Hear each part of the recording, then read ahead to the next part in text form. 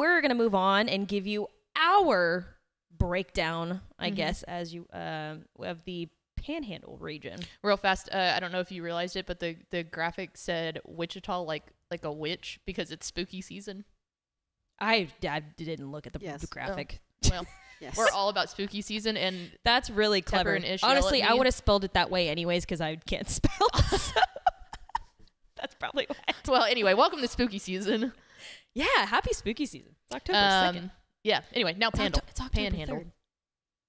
You know what that's from? Mean Girls. Mean Girls. He asked but me it's what not day October it was. 3rd. Tomorrow is said, October 3rd. It's October 3rd. Please make that joke on TFT tomorrow. I don't know if yeah. Temper will get it, but please make that joke. Okay.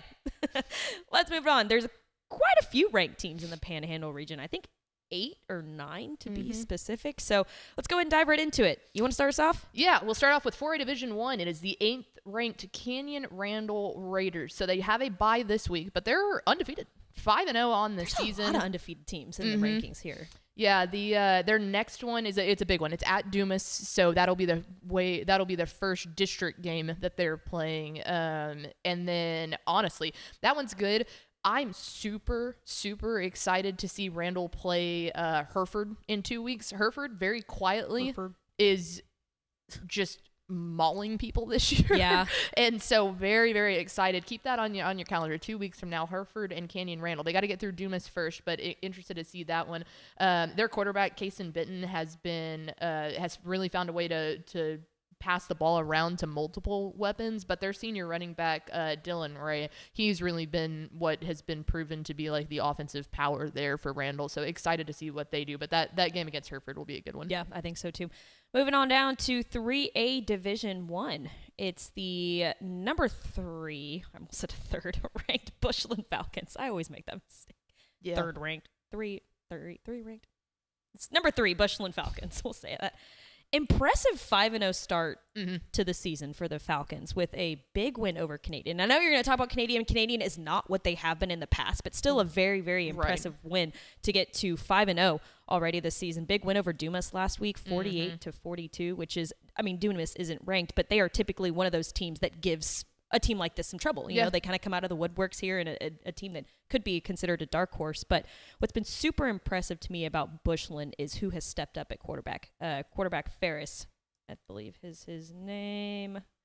I know I don't have his Quade Ferris. Jake. I couldn't remember his first name. Quade Ferris has stepped up to replace, like you just said, Dawson Jacko, I believe is how you say that, who graduated last season. 1,269 total yards and 17 touchdowns. Ty Purcell has been kind of the difference maker, though, for this team, playing both ways. So making a huge impact on both sides of the ball for this team. I was talking to our buddy Stephen Lyles, who calls all of the Bushland games, and he sent me a couple of different clips of Ty Purcell. If you are not focusing on him, you should. He is fun to watch, and he's been the difference on both sides of the ball. But he specifically sent me one where he ran the full length of the field horizontally, came all the way back around, broke about 3 tackles to get in there. But he was like, Stephen put him in with conversations of like, I don't want to mess up his words here. He said he reminds him a lot of like Adam Hill at Albany, Grayson Rigdon, Cannon Valenzuela at just Jacksboro. Those football dudes. Yeah, and I told him, I said, we classify those as dudes who rock. He was like, he really thinks that he could go play D1 somewhere. And he was like, but you set him on a 3A field and he's the best player on that team. Right. So yeah, if you're not keeping an eye on Ty Purcell, definitely watch him. But appreciate our buddy Stephen Lyles kind of hitting me up with the Bushland scouting report. We've followed them some on Texas Football Tonight, but I was like, they're always good. Yeah. This team is different. What's different about this team? Right. Well, and here's the last point that I'll make on Bushland here is that could they make it to AT&T Stadium this year? Because look at Region 1, right? Brock is not in Region 1 anymore, obviously. They moved up. Paradise, not nearly as good as they have been in the past. Bushland, yeah. Canadian, not nearly as good as they have been in the past. This could be, and of course, they're going to run into probably what it looks like as of right now to Malakoff. Canadians D2. No, I said Region 1. Yes, but they're 3A Division 2. No. Bushland is 3A Division 1. Yes, I meant what did I mean to say? Not Canadian. It was I love the because I have the bracket pulled up right here. I have the bracket pulled up right here. Maybe it was Whitesboro that I meant to say. That would make more sense. Yeah, because Whitesboro is typically pretty good at coming out of Region 1 too. But it's really been Brock and Paradise. And I guess you can throw Clyde in there as well. But without Brock being there, Paradise not looking as strong, Whitesboro really not looking as strong either. Obviously, they'd probably face Malakoff coming out of Region 2 to make it to AT&T Stadium. Shallow but water, at that point, shallow water in their own district. And that's the fun thing is that we'll get Shallow Water too. We'll get that answer early, but it wouldn't surprise me if Shallow Water and Bushland ended up meeting backup at some point. Yeah, right. Okay, yeah, I got Canadian because they've already played Canadian. Yes. But anyways, yes. It'll be interesting to see if they look like the strongest coming out of Region 1 in my opinion right now, but no, I agree. Many things can change. Yeah.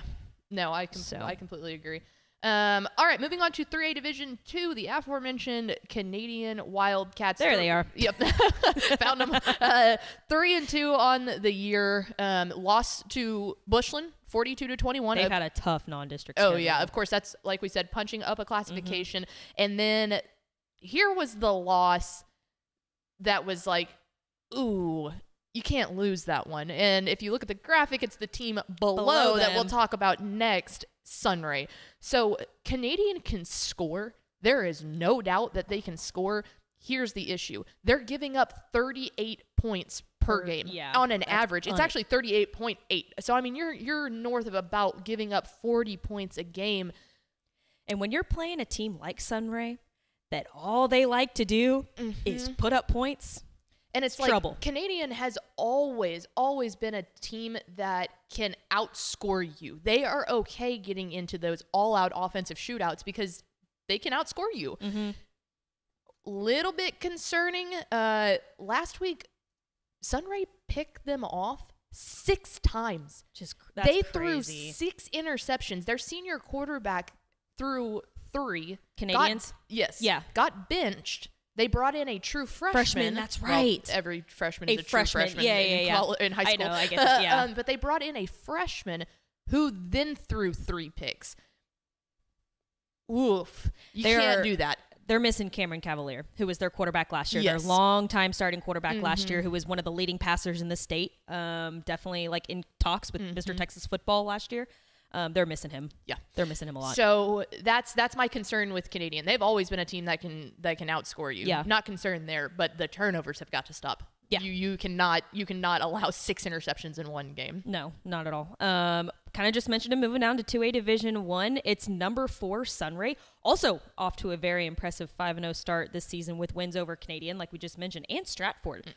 Stratford, excuse me. But this is a team too that has improved a lot every single year. That aforementioned Armando Lawn quarterback he's on track to break the record.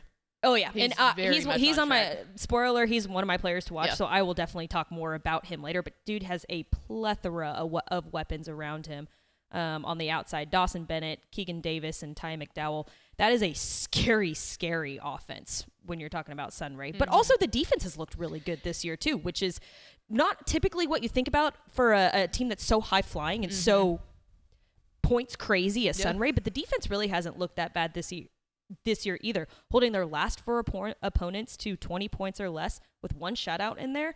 This is a team that looks like they are firing on all cylinders, and they've got their sights set on AT&T Stadium, I think. Yeah, I think they're the team to beat out there. I really do too. That was a really, really good win against Canadian. And we went in, and no coach likes the moral loss thing, but we went into that game saying, hey man, if you're only down by if it's a 2-score game and Sunray's able to hang in with Canadian, okay, great. And then we're watching it and we're like, oh my God. And yeah, we talk so much about Armando Luan, but they have a lot of weapons. That wide receiver core is better this year than it was last year. That's going to be one of the strongest in small school ball. Yeah, by far. Strongest receiving cores, I think. But yeah, Sunray is looking like a team to beat in 2A Division 1. I think so too. Which is a lot of fun. Yep. Moving on now to 2A Division 2 with 2 teams here. The second-ranked Stratford Elks and then number 10 Groover. So Stratford 2 losses on the season, one of which being an overtime loss to an undefeated Panhandle team, which is a division higher than them in 2A Division 1. And then their second loss coming from Sunray. I love the Panhandle because all of these really good teams play each other. And so there's so much data that you can dive into because all of these teams have all played each other. Right. But that was a 31-14 loss. Again, a classification higher or a division higher than them in 2A Division 1. Their senior quarterback, Bryce Braden, is he on your players to watch graphics? He's not, but I thought about because it. Let me learn you a little bit of something about this. So again, I love small school ball because this guy is the quarterback who has thrown for 473 yards and 1 touchdown passing. He's run for 330 yards and 8 touchdowns rushing. He has 1 reception for 25 yards, just for fun. He is also the leading tackler on the team. Which is great. But he's an even better defensive player. He has 60 total tackles on the year. Last year, he had 184 tackles, okay? Yeah, he's got nuts. He leads in 15 tackles per game. He's leading the team. He has 5 sacks on the season. Yeah, this dude rocks. Am I getting him mixed up? Is he Air Force commit? I do not know. I think that would not surprise me. That feels exactly right. That feels like a good placement. Yes. Yep. Air Force. All right. So anyway, Stratford is cruising. Yeah. They're doing Stratford things. Groover on the other side of that, off to a 5-0 start. And let me tell you, if you like points, we've got points. You like points? We got points. We've got points to go around. They're averaging 53.8 points per game on the offensive side of the ball through 5 games. I mean, they can score. That's a very nice 269 points on the year. Nice. Okay? They're only giving up an average of 18 points a game. So, they're pretty good. Yeah. And here is the fun thing. October 11th, Stratford versus Groover in a district matchup. Slaps. Love that. Certified banger. You know what? This has points. That's so many points. This has nothing to do with Groover football, but it has something to do with Groover. Here's a fun fact about Groover. When I went to the state championships in basketball a couple year ago, 2 years ago, with Schmale, Bailey Maupin. I need someone to cut that look. She said Schmale, and then she goes. We got to watch Bailey Maupin, who I now believe is at Texas Tech, play for Groover, and I think won him a state championship. Is awesome. But that's what I have not seen Groover football play in person, but I have seen Groover women's basketball play in person, and Bailey Maupin rocks. And that was Mallory Hartley with your today's Groover fun fact of the week. Plays for Texas Tech now. All right. Should I round it all out? Or do you want to? Because you have really been... Let me tell you. You've really been high on over to Mallory Hartley. Well, talk about the first team. And then we go over to our Follett insider, Dave Campbell's Texas Football. Congratulations. You've been promoted. You are now one of my elite employees. And you are our Follett insider, Mallory Hartley, with your 1A Division II update. Number 7, it's Miami, not Miami, Miami. And is that really how you say it? Yeah, Miami. Miami. Oh. Yeah, it's like Italy. It's not Italy, it's Italy. Yeah, we were filling out the taking you behind the scenes, but in Texas football tonight, we were filling out the ticker. If you don't know what the ticker is, it's like the running thing that you see on the bottom of a sports show that has updates and stats and all that stuff. It's called a ticker. We were updating that, and Blaine, our director, goes, okay, number 7, Miami. And I was like, you did the thing. He also did Refugio. Refugio. And I said, he goes, how do you say it? I can't say Refugio and he was anyways, no. So. Yeah. I literally just can't say it. I don't know what it is with me, but I just can't. But it's the number 7 Miami Warriors, I believe. Yes, Warriors, and the number 8 Follett Panthers. I'm, I guess, now deemed as the Follett insider. So Big Follett girl. Big Follett girl. They were going crazy today over this. Yeah. I was hyped up to talk about Follett. Yes. Then why'd you give them to me? And Tepper, too. Because I wanted you to be equally as excited to talk about Follett. I am excited to talk about these teams. That's why I have this job. Okay, but going back to what you said about just the Panhandle teams in general, you have a lot of data on them, right? So they all play each other. That is like all of Class 1A. Yes. They all play each other. Like the top ranked teams all play each other. And I guess it's probably because typically district play isn't as strong. So the top teams want to get good practice. They want to get a good groove on before they hit district play. So when it comes to playoff time, they're more prepared. Yeah, but all of these teams kind of play each other. The lower that you get down in the classification, the more disparity that there is between the elite teams and the field. Yes. And that's just, and especially too, when you start talking about that part of Texas, you're doing a lot of driving, you know where you're going anyway, so you might as well make the extra couple of miles and go play the teams that are going to give you that tougher competition. Correct. Miami coming off one of their best seasons in school history, and then they're off to a hot start with a 4-1 start to this season. They had a pretty good win over McLean last week, and then they have pretty much whomped every other opponent except Booker. They lost to Booker at the beginning of the season, which is a pretty good team. Yeah, Booker, it was a 2A Division II team that is now in their first year back in six-man ball. So that was a good win. Right. For Booker, well, they lost to Booker, but it was 59-42, so a very close game if we're talking about six-man ball here. And then, of course, number 8, Follett. They spent the last 2 years in Division I. Go Panthers. But moved back down to Division II, which they have found success in the past in 1A Division II. And this is a team that is definitely better than their record indicates, because this is also a team that is in towards the top of the rankings. But they play all of these other really tough teams that are also in the top ranked 1A Division II class and 1A Division I too. So they've been kind of falling out of the rankings, and the next week they'll have a big win, so they get back into the rankings. So it's kind of a team that fluctuates. Snip. But they have no have idea the effect this has on me. Correct. But really good wins over Whiteface, Benjamin, and then the aforementioned Booker. They face Gordon this week, which is the number 1 team in 1A Division I, and that is a team that is absolutely firing at all cylinders. So Panthers going to shock the world. Yes, they will. Going to show Rye Reed. Good luck, Gordon. Good luck, Rye Reed and Gordon. And also, I didn't know this, but Greg Powers, thanks to Greg Powers, Chris Gaspar, the head coach at Follett, was the Class 1A Coach of the Week this week. Yeah. So all about the Panthers. That rocks, because they beat Booker. So really, really good for the number 8 Follett Panthers. And that'll do it. Do you have anything else to say about Go Follett? Go Follett. Yeah, that'll do it. So those are the 9 ranked teams in the Panhandle region. A lot of good teams out there.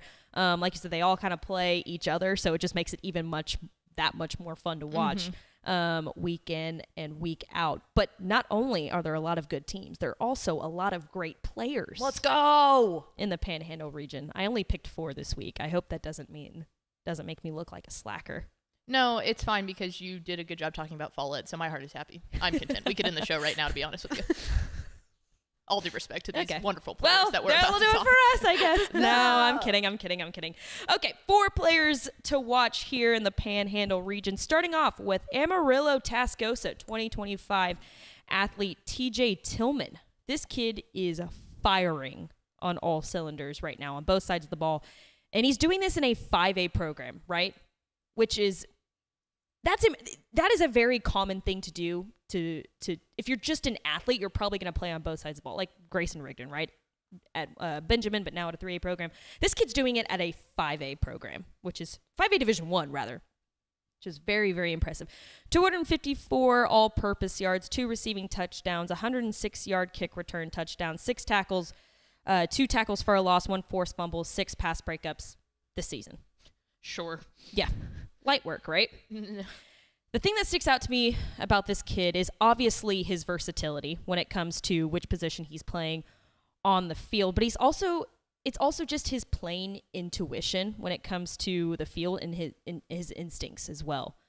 He's got great ball skills to go along with his speed and his agility, and just a really, really fun player to watch that dominates both sides of the ball. He was committed to Texas Tech for a bit, but decommitted back in June, so his recruitment is now open. He holds offers from Georgia Tech, Houston, UTSA, and a couple more, but I think he's going to play wide receiver at the next level. That's awesome. He's not going to play both. Not a Travis Hunter. Yeah. He's going to play wide receiver.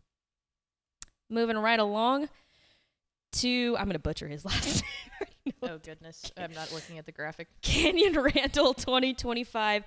Offensive lineman, also plays defensive line. Braden Massengale. Yep. Massengale. Yeah. Sounds about right, right? Mm-hmm.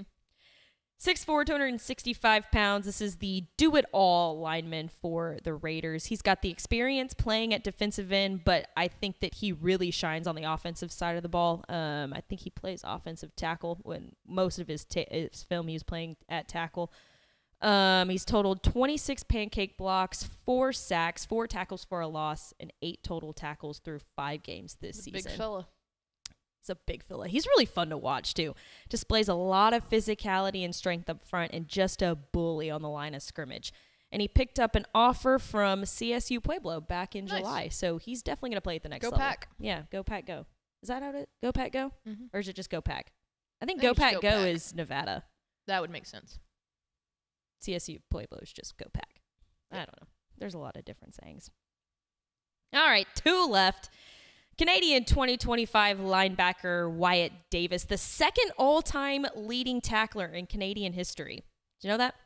That's It's impressive. insane. And especially, too, that's impressive because Canadian plays a lot of football games. Like, you got to think. They consistently make it to the regional finals, which is a lot. I mean, that's 14 games a year at minimum. You know, like you're getting a lot of mileage out of that. Right. Of course, he's a senior, totaling over 500 tackles, nearly 100 tackles for a loss, 12 sacks, 19 QB hurries, and 6 interceptions in his high school career. So, yeah, he's up there in Canadian history, that's for sure. Dude's a ball hawk, just nose for the football, a hard-hitting tackler with good speed and agility in that second line of defense there. And he also gets reps in at tight end, too, as well. So not only is he the second leading I love me some tackler of at Canadian, but he also plays tight end, too. Why not? He's got good hands, too. Yeah. I mean, he's a good little player. All right, let's round it all out, and you can help me talk about this guy here. Sunray 2025 quarterback Armando Luan, and I think I can confidently speak for the entire DCTF staff and say that he is one of our favorite players in the entire state. Absolutely. Armando Luan, as we like to say on Tep and Step, is that he is able to pick out his own lobster. Correct. At the dinner, at the banquet.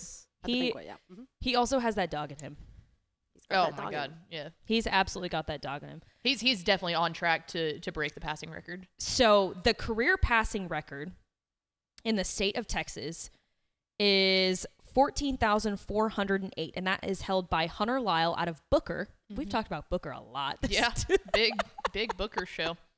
Needs more Follette. I know. Back in 2011 to 2014. Do you know how many career yards that Armando Luan holds now? I know he's up to 1248 on the season. I'm not sure what the total count 12,385 and 149 passing touchdowns. Last season threw for over 4,000 yards. Mm-hmm. So there is a possibility that we could see him break that record. Yeah, that would be sick. That is just an insane amount of yards. Like, absolutely. And he also runs the ball, too, which is also pretty impressive. I was going to say, he's got like 12, I think he's got 12 passing touchdowns on the year, but he's got 2 rushing touchdowns. So it's like, that was just the passing touchdown. Yeah. 82 total touchdowns on the season last year, tying the single season touchdown record. Mm-hmm. So he's already kind of setting goals. Yeah. But I think that if I'm Armando Luan, I've got my sights set on that. Well, and especially, too, I mean, if they're going to make it to AT&T Stadium this year, that's a lot of extra games. Oh, yeah. And a lot of extra time for him to get up in that record. Dude's a true gunslinger with a powerful arm and great accuracy, completing over 60% of his passes this season. Also, didn't know if you knew this. I didn't know this until I started researching him, but he also plays on the defensive side of the ball too. Yeah. 3 interceptions against Canadian. Yeah.